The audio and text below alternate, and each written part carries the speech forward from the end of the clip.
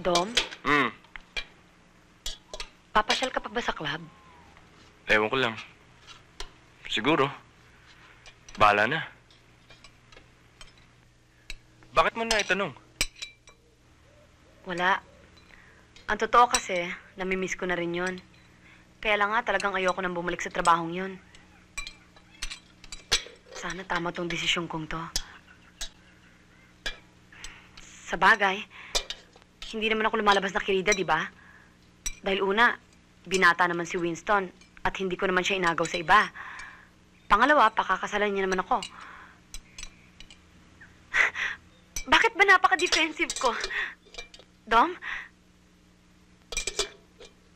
Mahal naman ako ni Winston, di ba? At mahal ko rin naman siya. Yun ang importante, Eva. Tignan mo, kung di ka mahal ng kaibigan ko, pinili niyang traidorin ang sariling pamilya. Para lamang, hindi kayo magkalayo. Ano po bang tawag mo dun? Isa kang tunay na kaibigan, Dom. Paano na kaya kapag nawala ka sa buhay namin ni Winston?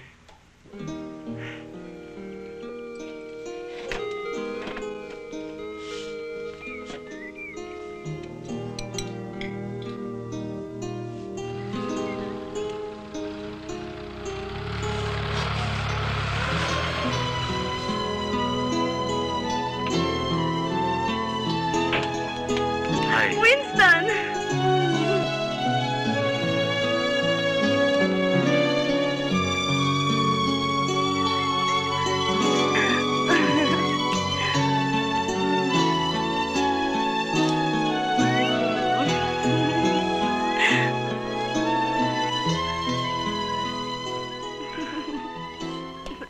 Nais naming umpisahan ang isang campaign na magbibigay ng pressure sa gobyerno tulad ng mga ilang bills gaya ng gun ban at maibalik ang death penalty para dun sa mga taong pumapaslang sa walang kasalanan at walang kalaban-laban.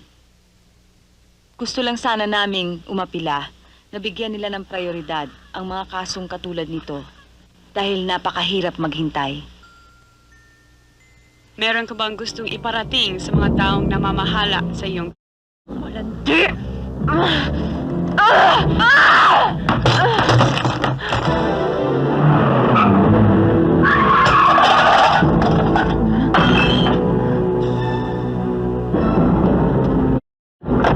Ellen! Ellen! Lumabas ka dyan! Lumabas ka dyan! Ellen! Lumabas kayo dyan! Ellen! Lumabas ka dyan! Ellen! Lumabas ka dyan! Lumabas ka! Ellen! Ellen! Ellen, nasan si Louie? Nilabas mo siya! Ibalik mo siya sa akin!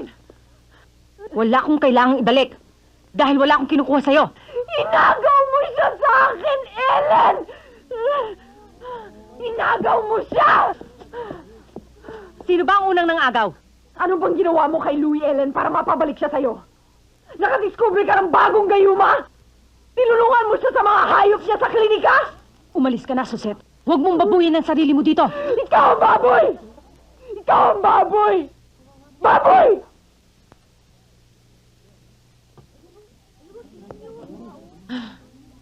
Itong si Ellen, malandi siya!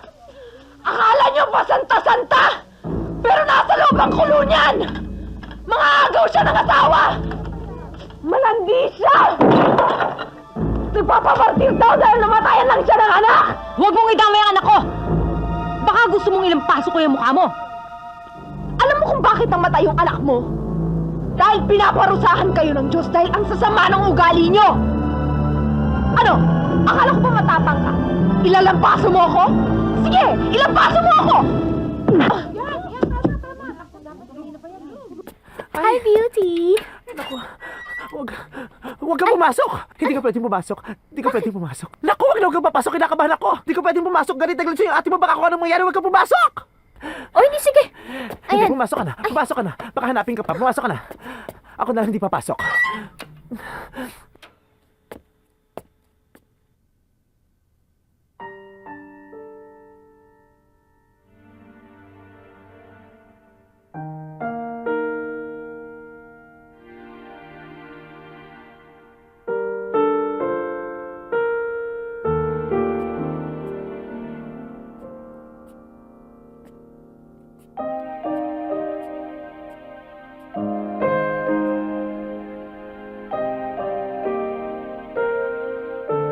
ate.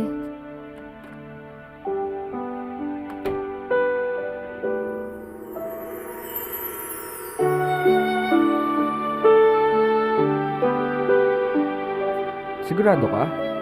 Ito, magugustuhan ng kaibigan ko? Oo, sigurado ako. Ang ganda-ganda niya Okay yan. Kapag binigay niya ba to sa girlfriend niya, siguradong mapapa-oo yun. Oo, sigurado ako. Ikaw wala kang tiwala sa akin no? Sige. Okay, maganda. Siguradong pasok to sa taste mo, ha? Ay, ang kulit. Oo nga. Gutom na ako. Pakainin mo na ako. Pwede naman ba yun, di ba? Sige. Halika na. Ano ulit? Diba? Ganda-ganda naman dito. Isa pa. Tapos, Paano ulit? Nakakatawa talaga si Beauty. Ate, Halika na. Rika, halika, join us. Ay, hindi na ho. Mukhang hindi naman talaga ako invited Obviously, wala namang nakareserve na upuan para sa akin. Ituloy niyo na lang yung kasiyahan ninyo. Anak, ate naman. huwag kang lalapit sa akin, Cecilia. Hindi mo magugustuhan ang gagawin ko sa'yo pag lumapit ka sa akin.